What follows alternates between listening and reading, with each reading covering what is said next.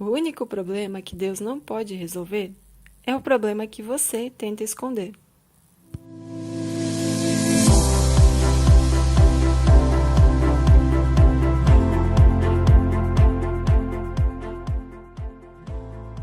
O cantor Bono Vox, ao falar sobre o livro dos Salmos, diz que o que de fato chama sua atenção é a honestidade encontrada em cada palavra, em cada oração, em cada hino que ali se encontra. Homens e mulheres foram muito honestos ao escreverem os Salmos. They have this rawness, the brutal honesty of whether it's David or not, it doesn't matter. The psalmist is brutally honest about the explosive joy that he's feeling and the deep sorrow or confusion, and it's that sets the Psalms apart from me. Eles abriram o jogo. E o tema da próxima série de palestras da comunidade Apóstolo Pedro é Abrindo o Jogo, uma reflexão sobre a honestidade nos Salmos. Durante 5 semanas, vamos conversar sobre pontos importantes que o livro dos Salmos nos apresentam e nos ajudam a ter mais intimidade com Deus.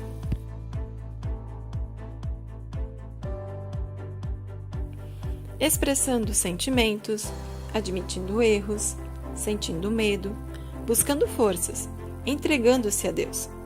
Domingos, às 19 horas. Queridos, hoje à noite, então, entregando-se a Deus, é o último tema dessa série.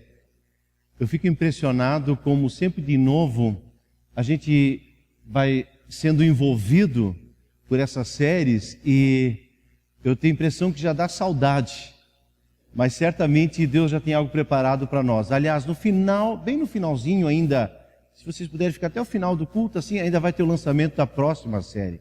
Então, bom, gente, entregando-se a Deus. Lembro muito bem quando o pastor Rafael, o pastor Daniel e eu, nós estivemos juntos, elaborando e pontuando, e, na verdade, eles são os inteligentes dessa história, eu só dou meu espetáculo. Mas daí eu lembro muito bem, assim, que nós, na última, essa de hoje, nós iríamos colocar adorando a Deus, adoração. Mas daí achamos melhor a palavra entregando-se a Deus, ficaria melhor. Confesso que a essa altura eu acho que isso tinha uma conotação um pouco profética, porque eu nem sabia o que eu estava falando, nós estávamos opinando, e no final dessa pregação nós vamos entender que adoração é essencialmente entrega a Deus. A palavra no hebraico, eu não vou, nem ouso pronunciá-la porque eu não saberia mais fazer isso. Minhas aulas de hebraico já fazem entre mentes 28 anos. Daniel, tu quer nos ajudar? Vamos pegar o nosso nene aqui. Pastor Rafael, quer ajudar aí o hebraico? Faltasse naquela aula, né? Ele está rouco. Mas, gente, não importa. Em hebraico, a palavra adorar, ela na verdade, ela significa curvar-se, inclinar-se profundamente. Isso que um súdito faz diante de um rei, diante de uma autoridade. Mas também a palavra em hebraico, o adorar, significa lamber a mão do dono. Quando um cachorrinho lambe a mão do dono. Nós temos uma cachorrinha, uma Yorkshire, se ela quer mostrar que ela ama a gente, gosta da gente e quer chupinhar alguma coisa, ela começa a lamber a mão da gente. Então, é uma expressão de carinho que os animais fazem, tá? Isso é adorar. Então, no Novo Testamento no grego, o Antigo Testamento foi escrito no hebraico, o Novo Testamento no grego. No grego significa proskinei, é uma palavra um pouco mais simples. Ela também significa prostrar-se, beijar o chão, venerar. Interessante que no latim, tem uma tradução da Bíblia chamada Vulgata, que é a Bíblia católica, ela foi traduzida dessa Vulgata. É uma Bíblia do latim. Adorar significa at, a palavra adorar. Pegamos o prefixo at, então, em direção a, aproximar-se.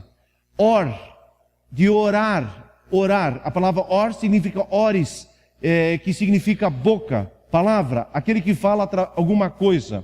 E finalmente, o sufixo, no finalzinho lá, ele então é ar, labor, proteção. Juntando isso aqui, adorar a Deus significa trabalhar com a boca, aproximando-se a Deus. Interessante. Vamos ficar com esses três conceitos: hebraico, grego e do latim. Então, adorar é trabalhar com a boca e assim aproximando-se a Deus. Eu tenho a impressão que as nossas palavras hoje, elas ficaram tão inflacionadas que às vezes palavras já não significam muita coisa. Promessa já não significa muito. No campo político, o que se fala, agora tem novos partidos.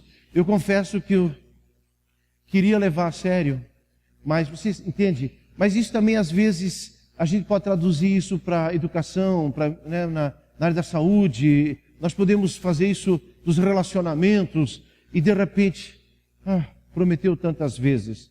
Mas quando Deus fala e quando Deus faz, a sua palavra tem algum significado diferente. A palavra criadora de Deus não são palavras inflacionadas. A adoração também nos convida a ser palavras honestas, palavras que a gente trabalha com a boca e assim se aproxima a Deus. No Antigo Testamento, Êxodo e Deuteronômio falam muito de adoração, onde os preceitos de Deus, através de Moisés, são ditos então ao povo e fala muito da adoração. O profeta Daniel também fala muito de oração, e Daniel era um sujeito que orava. Você lembra daquela história que 3 vezes ao dia ele olhava pela janela em direção a Jerusalém e lá ele falava com Deus.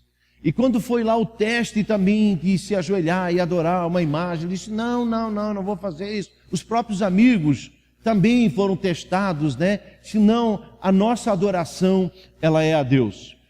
Ainda também no livro de Crônicas, é um livro histórico do Antigo Testamento, que foi escrito após o exílio. O exílio foram 70 anos que o povo de Israel ficou na Babilônia, e eles ficaram longe do culto, longe daquilo que acontecia em relação a Deus, e eles começaram a ter uma saudade incrível do culto, do templo, dos hinos.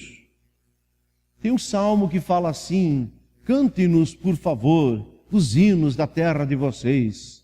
Aí eles dizem, mas como nós poderíamos cantar os hinos tão longe da nossa cidade amada, tão longe de Jerusalém, tão longe do templo? Como é que nós poderíamos cantar os hinos?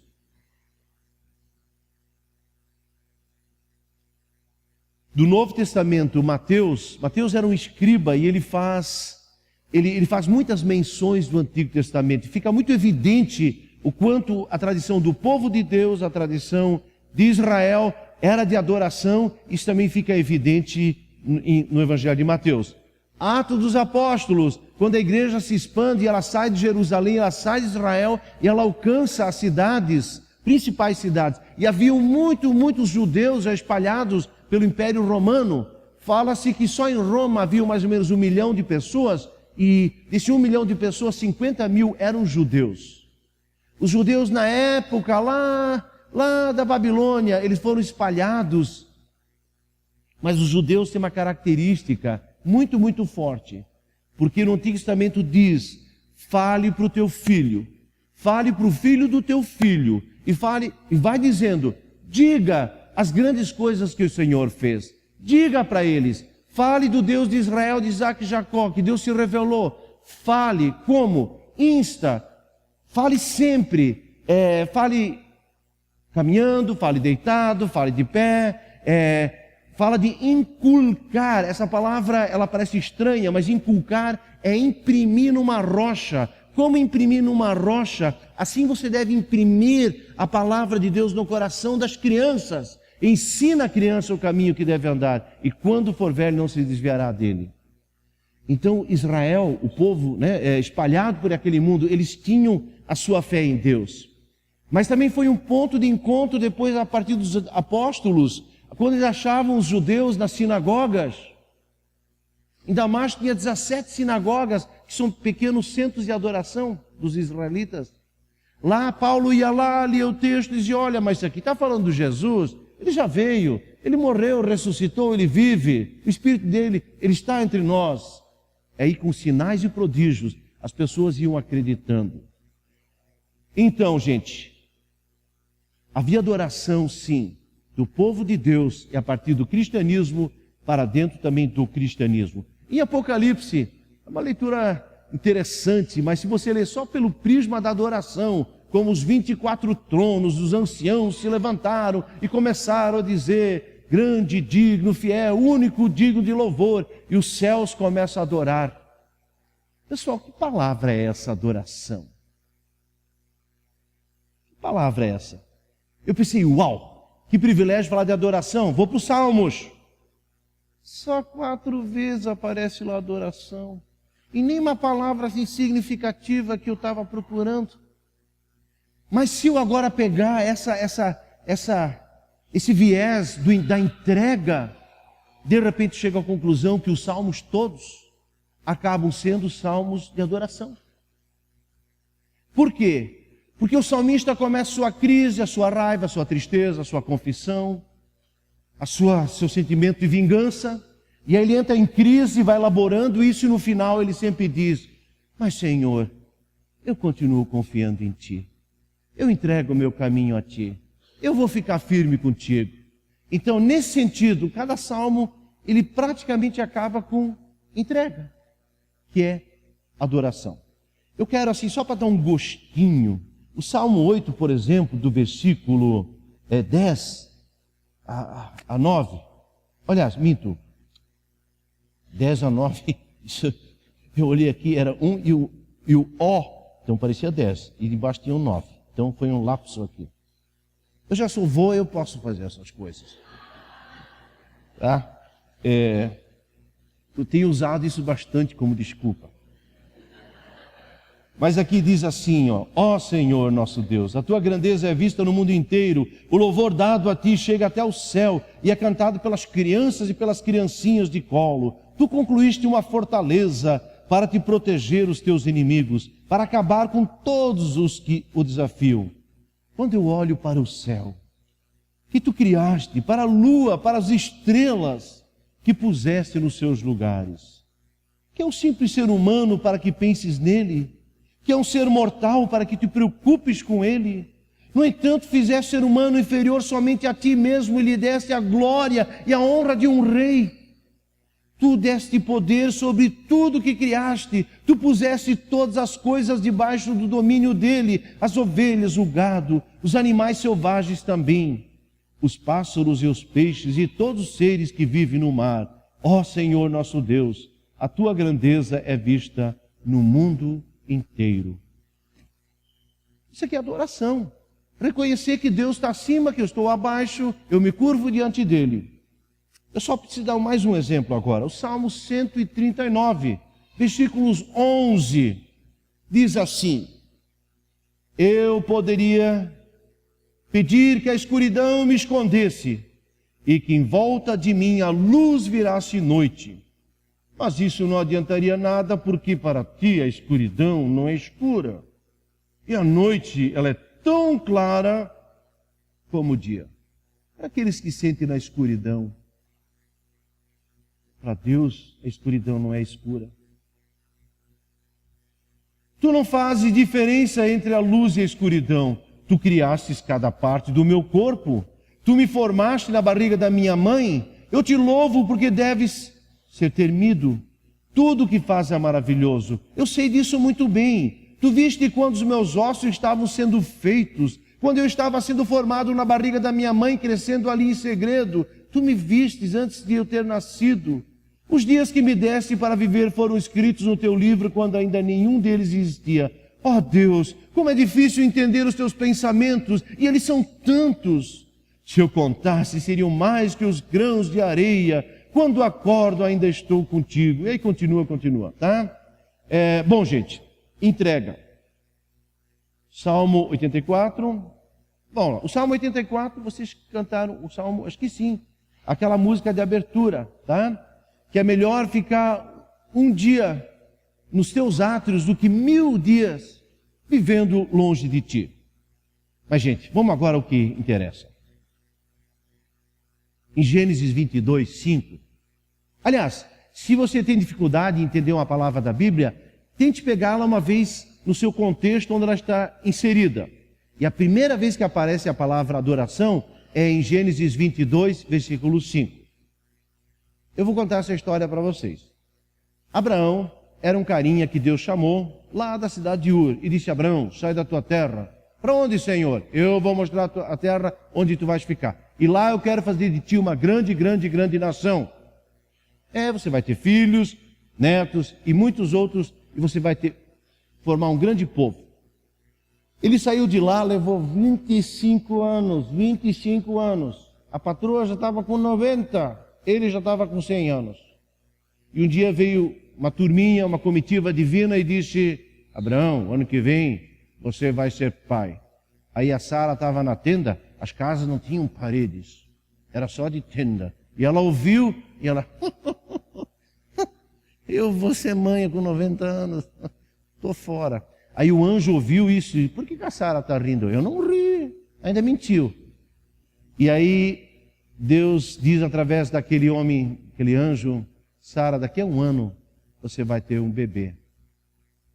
Oh, que doideira, né? Cara, ela podia ser tataravó já a essa altura. Mas foi, um ano mais tarde lá estava o bebê, nasceu Isaac. O Isaac agora estava maiorzinho já, esse era o filho da promessa. Chegou um dia, Deus disse a Abraão: estou sentindo que tu ama muito esse filho, e eu quero ver se tu me ama mais do que esse teu filho, porque se tu amar ele mais, não faz muito sentido a minha história contigo. Então eu quero eu quero que tu sacrifiques o teu filho. E Abraão ficou: cara, o que é isso? Depois de toda essa espera, mas ele é chamado pai da fé, de confiar acima de Deus sempre, sempre, não abrir mão da confiança nunca. Ele disse: filho, nós temos que sacrificar para Deus. Aí levou 2 servos, levaram a lenha, um jeguezinho, e caminharam 3 dias, agora já estavam ao pé do Monte Moriá. E quando ele chega lá, ele diz para os 2 servos: vocês ficam aqui. Meu filho Isaac e eu, nós vamos adorar e nós voltaremos. Ele não tinha dito para o filho ainda que era para sacrificar o filho. E nós voltaremos. Essa palavra nós voltaremos eu achei interessante. Que senão diria: nós vamos, mas eu vou voltar, né? Ele disse: nós voltaremos. Está lá. Ele tinha certeza que esse Deus está fazendo história, não para uma história no meio do caminho. E aí eles sobem. E ele diz assim: nós vamos adorar. Ele não disse: Isaac, pega a caixinha de som, o pendrive e o violão, que nós vamos fazer um momento gospel lá em cima no Moriá. Nada disso. Eles subiram e quando chegaram lá, prepararam um altar, botou a lenha em cima e disse: filho, eu estou fazendo isso agora em obediência a Deus. Ele amarrou seu filho, botou em cima, pegou um punhal, ele ia continuar. E aí vinha um anjo e: Abraão, para. E diz: eu entendi que teu amor por mim é maior do que teu filho. E aí o anjo traz um cordeiro e eles sacrificam esse cordeiro. E aí eles descem novamente. A história continua. Eu confesso, por anos essa história me irritava. Eu não pregava sobre esse texto, porque eu acho isso o fim da picada. Parece um Deus sádico. Parece um Deus brincando com o nosso sentimento, meio avacalhando com o ser humano. Primeiro ele diz: quero fazer de ti um grande povo, todo esse perrengue da espera, e agora nasce o menino e dizer: vem cá, eu vou pegar ele de volta. Cara, então não deu filho, né? Então poupa, deixa sem filhos. Queridos, sabe quando essa história, ela para mim assumiu uma conotação diferente? Quando um dia alguém fez um link com a história de Jesus. Quando Jesus disse: eu vou sacrificar meu filho. E não veio o anjo, não pegou a mão dos malfeitores, não veio um cordeiro, ele foi o cordeiro. E quando eu entendi assim, que esse é o coração de Deus de amar as pessoas, essa é a maneira de Deus amar incondicionalmente, de dar o seu melhor pela humanidade. Aí eu entendi também que, na verdade, Deus espera de nós, na nossa adoração, o nosso melhor. Abraão, me dá o teu mais precioso que você tem. Essa história de adoração como entrega, ela me desestabiliza. A entrega de tudo e até de si mesmo é o que pode ter de mais precioso e verdadeiro na adoração. A entrega de si mesmo é a coisa mais preciosa que você pode dar para Deus. Filho meu, dá-me o teu coração. Ainda dois textos que vão reforçar isso aqui, ó. Em Mateus 11, já falei que Mateus fala muito de adoração. Aqui em Mateus 2:11 fala que quando os 3 reis magos, pessoal, a gente fala 3 reis magos, né? Não eram 3, não diz na Bíblia que eram 3. Não diz que eram reis e também não diz que eram magos, tá? Mas todos os casos que eles trouxeram 3 presentes, ouro, incenso e mirra, a gente acha que eram 3, cada um trouxe um potezinho de alguma coisa, né? Para não dar briga. Então a gente acha que eram 3. Mas não importa. Era uma galerinha que veio seguindo a estrela. E sabe como eles adoraram? Dando de si, presenteando, andando quilômetros para adorar, presentear, honrar aquele que na leitura deles veio para ser rei. Tem uma história interessante lá em João 4:23, quando Jesus segue, atravessa Samaria e lá no poço de Siquém, ele está cansado e tem uma mulher que está lá ao meio-dia tirando água do poço, dando para as ovelhas. Quem fazia isso ao meio-dia só podia ser mulher ou outros perseguidos, porque a rapaziada não ia no calorão. Então, já que não tinha homens lá, naquele momento a mulher fez isso. Aí Jesus pergunta para ela, mulher, me dá um pouquinho dessa água. Aí ela, o que é isso? Mas como? Você sendo judeu, pedindo água para uma samaritana, ainda uma mulher, o que está acontecendo aqui? Jesus disse, se você soubesse aquele que está pedindo água, você daria. E você pediria água, porque a água que eu tenho para dar para você é uma água para nunca mais dar sede. E a água que estou te dando é para você nunca mais ter sede. E essa água, ai Senhor, me dá dessa água, que esse poço horrível, é terrível vir aqui ao meio-dia nesse solaço, me dá dessa água. E Jesus continua falando, e Jesus vai descrevendo a vida dessa pessoa. E lá pelas tantas, o que acontece? A mulher diz, tu é profeta. Mas onde é que é o lugar certo para adorar? Lá em Jerusalém ou aqui o nosso monte Gerizim? E Jesus diz, não é Gerizim nem Jerusalém, não é lugar.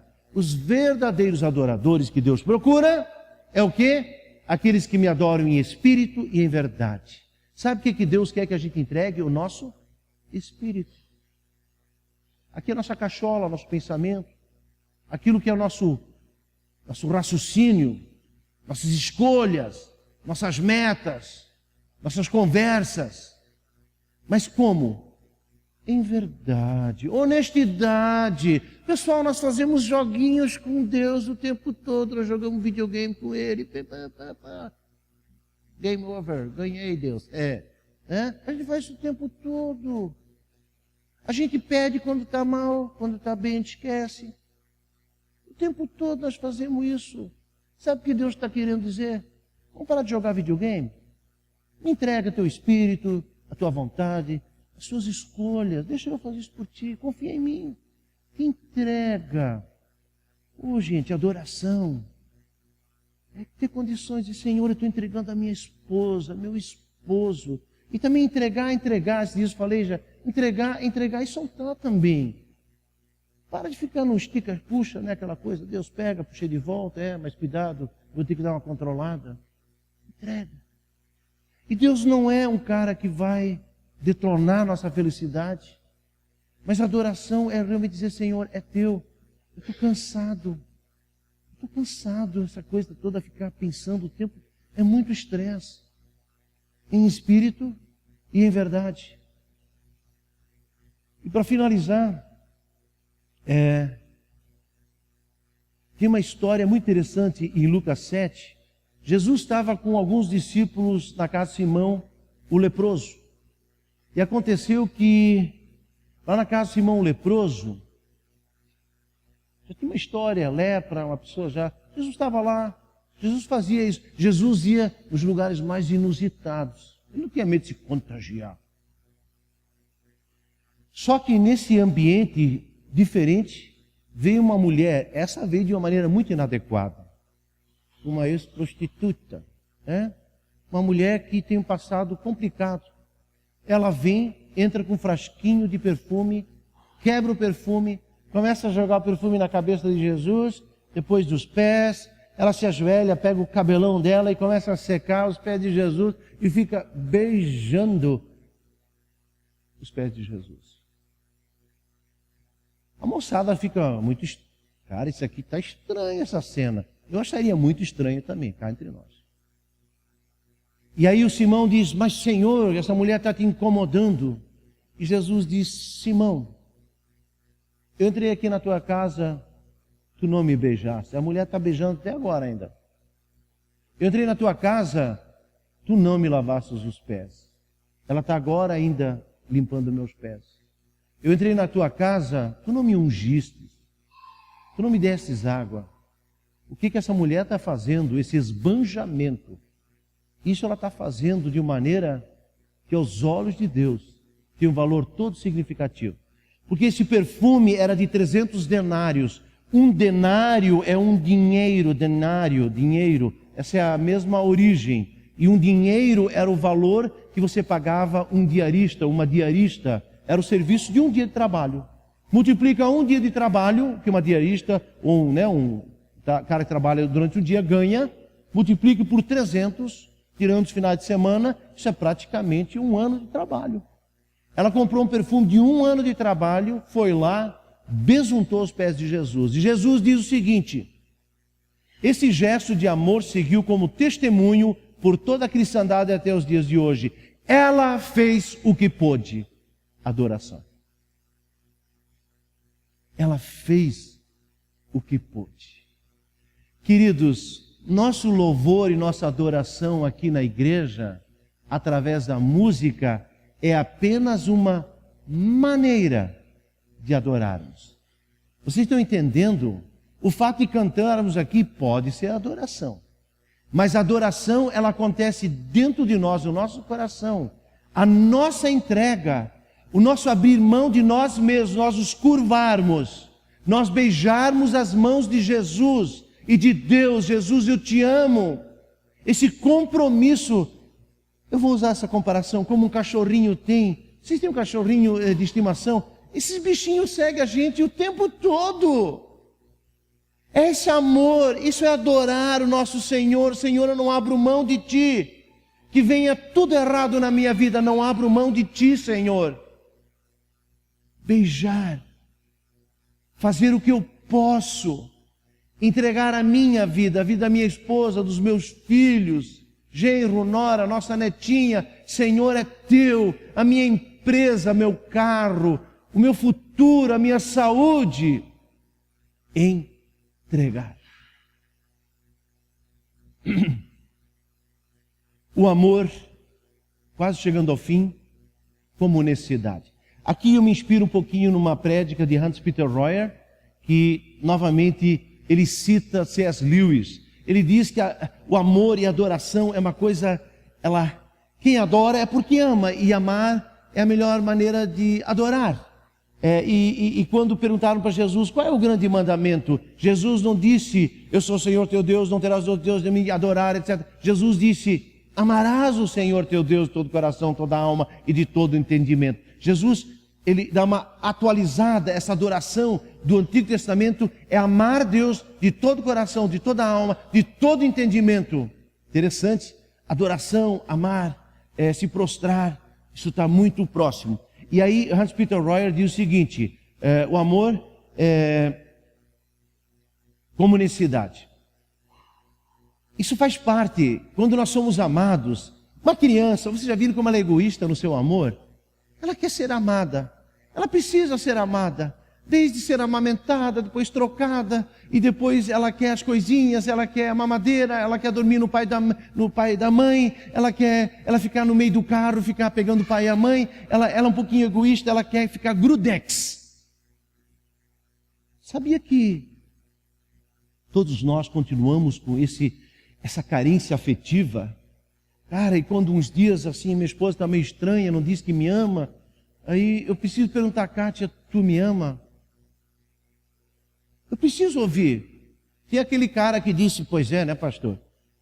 25 anos casado, a minha esposa me perguntou, marido, você ainda me ama? Eu disse para ela assim, benzinho, há 25 anos atrás, eu te disse que eu te amava. Se eu mudar de ideia, pode achar que eu te aviso. Tem gente que fez na confirmação, Deus, eu te amo. No batizado, uma vez uma experiência de fé, Deus, o dia que eu mudar de ideia eu te aviso. Não! O amor se nutre de sinais diários. Nós temos a necessidade de ser amados. 2, tem o amor como doação. Esses dias a nossa vizinha, muito gentil, por sinal, ela fez uma limpa na casa, a netinha dela está um pouco maior, sobrou um monte de brinquedo, ela disse que era a única neta e aquilo também era tanto presente, e ela fez umas 2 caixas cheias de presentes e ela acabou doando para a creche da nossa nora e da Lídia aí, que tem uma sociedade. E aí eu fui lá, disse, vizinha, muito obrigado, que você fez essa gentileza agora por nós. Ela disse, não agradeça. Ela usou uma palavra, mas eu achei bacana, ela disse assim, a energia de satisfação que eu tenho nesse momento dispensa até o agradecimento. Eu insisti em agradecer, mas ela quis dizer, eu fazendo uma gentileza, isso para mim já é tão bom, tão bom. É como aquela mãezinha que diz, eu vou fazer a comida, ela já no sábado à noite já pensou, já preparou as coisas, começou domingo pela manhã, o almoço ficou pronto, e apenas alguém dizer, mãe, como está gostoso, vó, isso aqui está uma delícia. Preparar isso e ver o brilho dos olhos, aquilo já é satisfação. O amor tem a necessidade, mas tem a doação. Mas agora, gente, tem uma coisa muito, muito especial nesse amor à adoração. É o amor à admiração. E aqui eu preciso fazer uma analogia. Eu gostaria que os músicos viessem à frente. Isso aqui, ó, pessoal, é uma foto dos Alpes suíços. Eu não bati essa foto. Em 1989, Kátia e eu recebemos uma bolsa de estudo para a Alemanha, na área da música. E lá no mês de julho, agosto, não lembro mais bem, nós fizemos uma viagem para a Suíça, para Lugano. Eu lembro direitinho, quando nós estávamos pegando a autoestrada, em algum momento eu olhei para a esquerda e eu vi os Alpes suíços. Pessoal, eu parei, encostei o carro. Eu fiquei olhando aquele babado. Cara, na real, ao vivo é mais bonito ainda do que qualquer pôster. Eu fiquei tão impactado com aquilo. Não tem como explicar. A viagem continua. Nós fomos para Lugano. Lugano é um lugarzinho espetacular, pessoal. É um baita lago, tem lá chamado Lago Maggiore. É um lago incrível, se você olhar no Google. Não olhe não vale a pena. Não vale a pena. Tá? Que coisa linda. Ficamos 7 dias lá, nos convidaram para participar disso. De manhã tomando banho, aguinha gostosa, verãozinho. À tarde fazíamos passeios. Numa tarde daquela pegamos uma van. Nós subimos os Alpes, 2.000 metros, costurando, vai, sobe. Chegando lá em cima, entramos, sabe aonde? Num bondinho. Subimos mais 1.600 metros. Lá de cima vimos o Lago Maggiore. Mais ainda, fomos subindo e de repente tinha uma visão no meio dos canyons, aquela visão no meio dos Alpes, olhando. Nesse momento, o que você enxerga e experimenta não cabe numa foto. Você quer dizer, ainda bem que a Kátia estava do meu lado, e eu disse, Kátia, que lindo. Ela disse, Kátia, que lindo. Ela disse, sim, William, tu já falou. Mas olha que lindo, olha lá, mas que lindo. E você tem vontade de explodir o teu coração, dizer, isso é muito bom. Eu vou bater fotos, você bate fotos, mas tu mostra essas fotos. As pessoas olham, elas não têm noção o que é isso ao vivo. Talvez você já experimentou isso no Foz do Iguaçu, talvez um cânion, talvez uma praia bonita, talvez um pôr do sol. Palavras não conseguem, e aí o teu coração tem uma vontade incrível, muito incrível, de dizer: então minha alma canta-te, Senhor, grandioso és tu, grandioso és tu. Todo mundo. Então minha alma canta-te, Senhor, grandioso és tu, grandioso és tu. Adoração.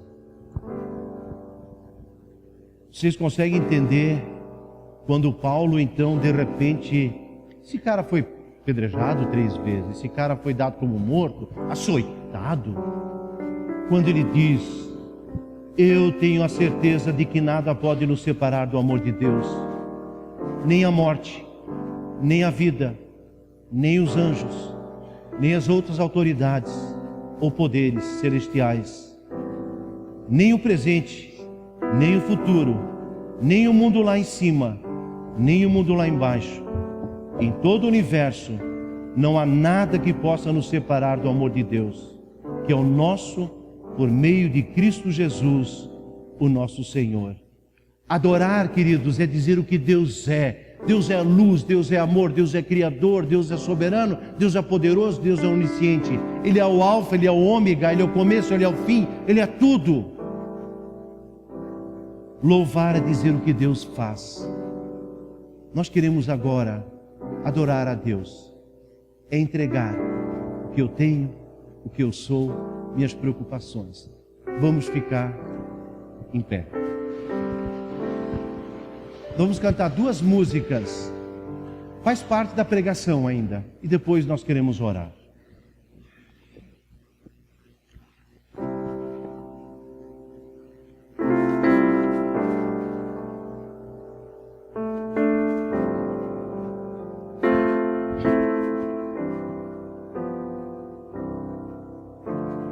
Tudo a Cristo a ti consagro, tudo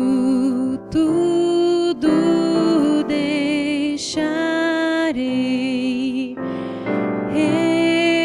resoluto, mas submisso sempre a ti.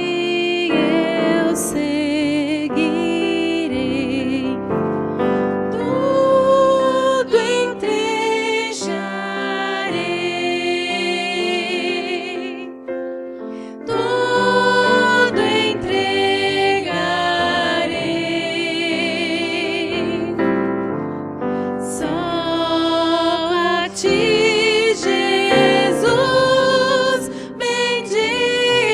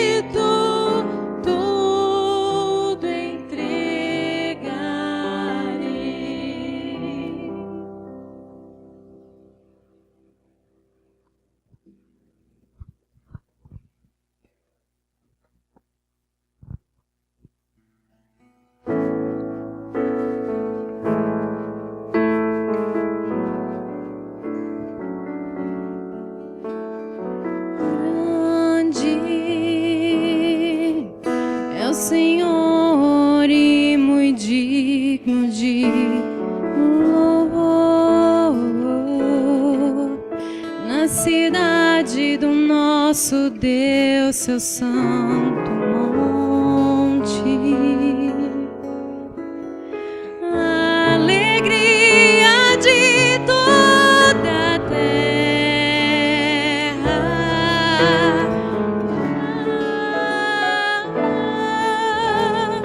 Grande é o Senhor em quem nós temos a vitória e que nos ajuda contra o inimigo. Por isso diante dele nos prostramos.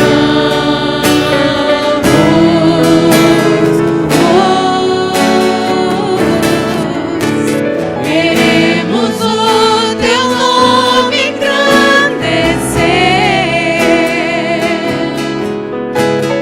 e agradecer-te por tua obra em nossas vidas. Confiamos em teu infinito amor, pois só tu és o Deus eterno sobre toda a terra e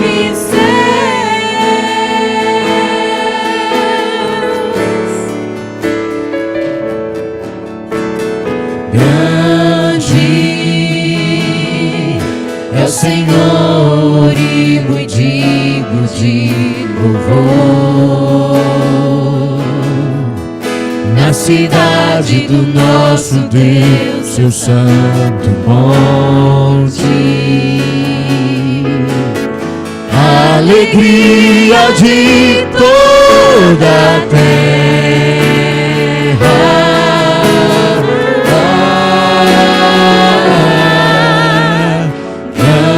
Grande é o Senhor em quem nós temos a vitória, A maior vitória das nossas vidas. e que nos ajuda contra o inimigo. Por isso diante dele nos Glória a Ele.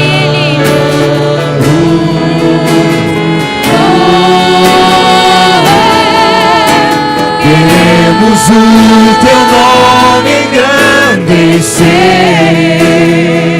Exalte o Senhor E agradecer-te por tua obra em nossas vidas. confiamos em teu infinito amor, pois só tu és o Deus eterno sobre toda a terra e céus. Só tu és. Queremos o teu nome engrandecer e agradecer-te por tua obra em nossas vidas. Confiamos em teu infinito amor, pois só tu és o Deus eterno sobre toda a terra e céus.